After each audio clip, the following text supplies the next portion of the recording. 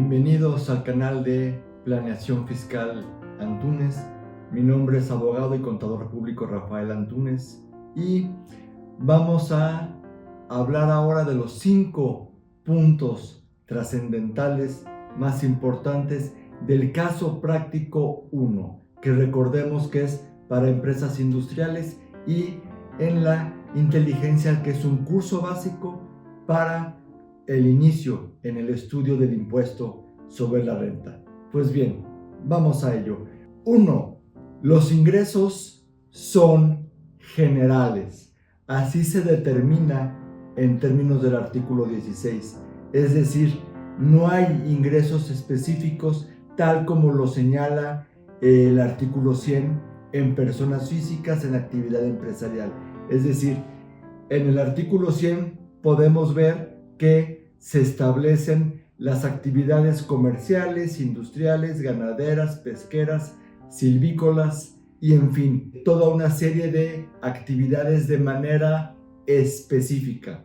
Sin embargo, en título 2, para personas morales del título 2, son ingresos muy genéricos. Nunca nos habla de ventas, nunca nos habla de actividades comerciales y siempre tenemos que estar en base a la excepción cuando no se consideran ingresos. Es decir, por ejemplo, el asunto de las aportaciones de capital o bien los préstamos. Es decir, tenemos que estar con la norma de excepción que está en el segundo párrafo del artículo 16. Número 2. Las deducciones son limitativas, únicamente las que están en el artículo 25. Es decir, mientras los ingresos son genéricos, las deducciones son limitativas y tienen que cumplir con los requisitos que les sean aplicables del artículo 27. Y ya vimos que los más importantes, los requisitos más recurrentes, también por así decirlo, son que sea estrictamente indispensable la fracción primera, la fracción tercera, que se cuente con comprobante fiscal, que debe entenderse CFDI correspondiente, la fracción quinta, que se cumpla en materia de retención y entero de impuestos, porque vimos en el caso que no se habían enterado retenciones en uno de los puntos ahí tratados. Y la fracción octava, es decir, cuando la sociedad de que se trate esté pactando o haciendo actos jurídicos con una persona física, tiene que estar efectivamente erogado. Es decir, cuando la persona moral del título 2 trata y tiene operaciones con una persona moral también del título 2, no requiere estar efectivamente erogado la contraprestación o el precio correspondiente que se haya pactado.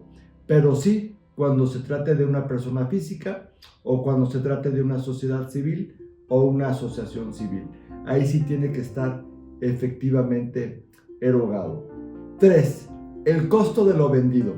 El costo de lo vendido también tiene su diferencia marcada con las personas físicas.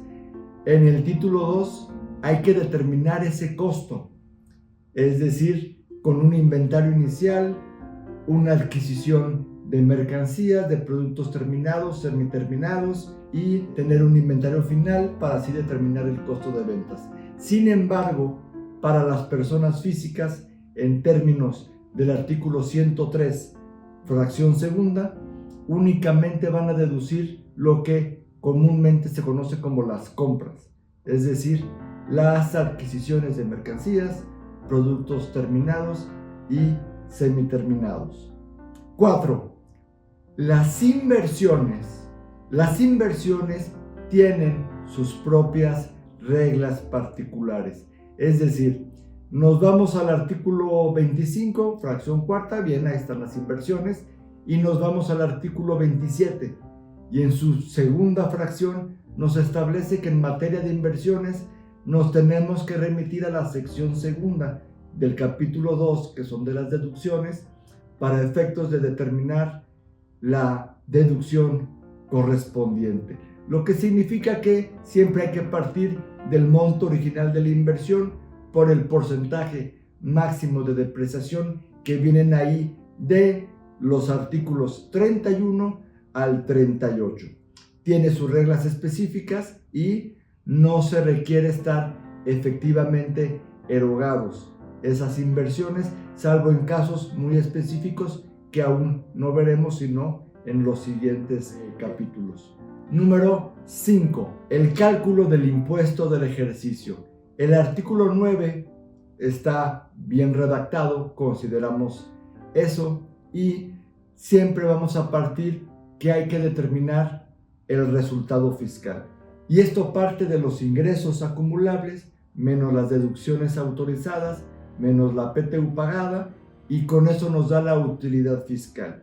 Y a la utilidad fiscal únicamente hay que restarle las pérdidas fiscales de ejercicios anteriores pendientes por amortizar, y con ello nos da el resultado fiscal que multiplicado por el 30% nos da el impuesto sobre la renta del ejercicio.